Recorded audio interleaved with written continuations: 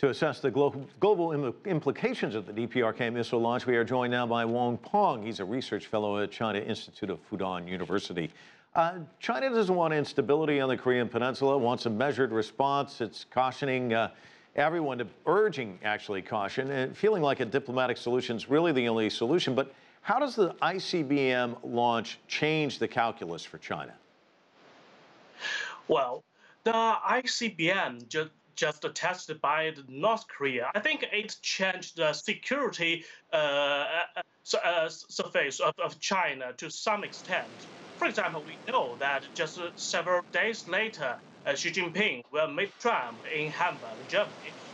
They may talk a lot about the bilateral economic and security issues. However, now Kim Jong-un made this trouble, and this will change the schedule and the talking agenda of them. And even more important, that this is a very good excuse for the U.S. to persuade South Korea to accept THAAD. We know that now it is quite controversial in both the U.S. and South Korea, and it's angered China very much. This is my idea. Can you talk to us about the timing? We've got the G20 coming up, and last year's G20, of course, while it was underway, Kim Jong-un fired off 3 missiles. Talk to us about his attempts here at calling attention to himself as world leaders are gathering there in Germany. Yes. We know it's very common for Kim Jong-un to launch the missiles before big events. For example, we know just the day before, 2 months ago, just several days before the summit between Xi Jinping and Trump in Washington, he also launched tested the missiles, and these. And this time, he also made this and will draw a lot of attention of the security and strategic experts. And what is more, I think it's very harmful to the regional security in Northeast Asia. And we know that Japan, Abe, if you look at what Abe said, you will think something different. For example, Abe said he will ask China and Russia to take more constructive role in this issue, and it seems that the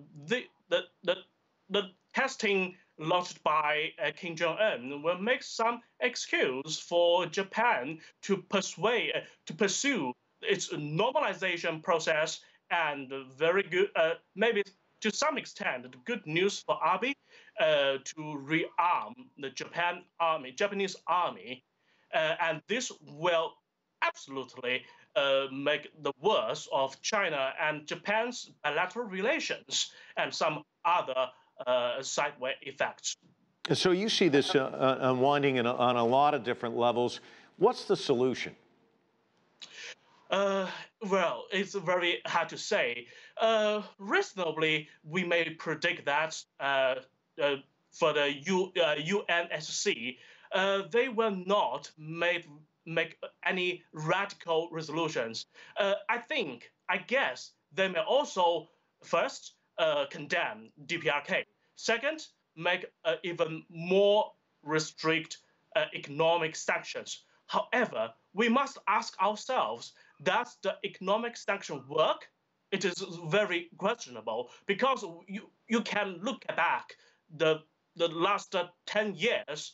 We also, including China, including America and other states around DPRK, we cooperated and take the more and more strict economic sanction. However, the final result is the DPRK promoted their nuclear weapons step by step. So, and one thing I think we should notice that just a very short period after the 2 months ago, the Xi-Trump summit, some rumors say, well, China will allow America to take the military actions against the nuclear equipment in DPRK. And this really made the Kim Jong-un abandon the prepared nuclear test, but instead they take the missile test. The latter one is less sensitive to its neighbors. So we guess maybe there's nothing can stop Kim except war or the threat of war. Maybe only this one works. Wang Peng joining us from Shanghai.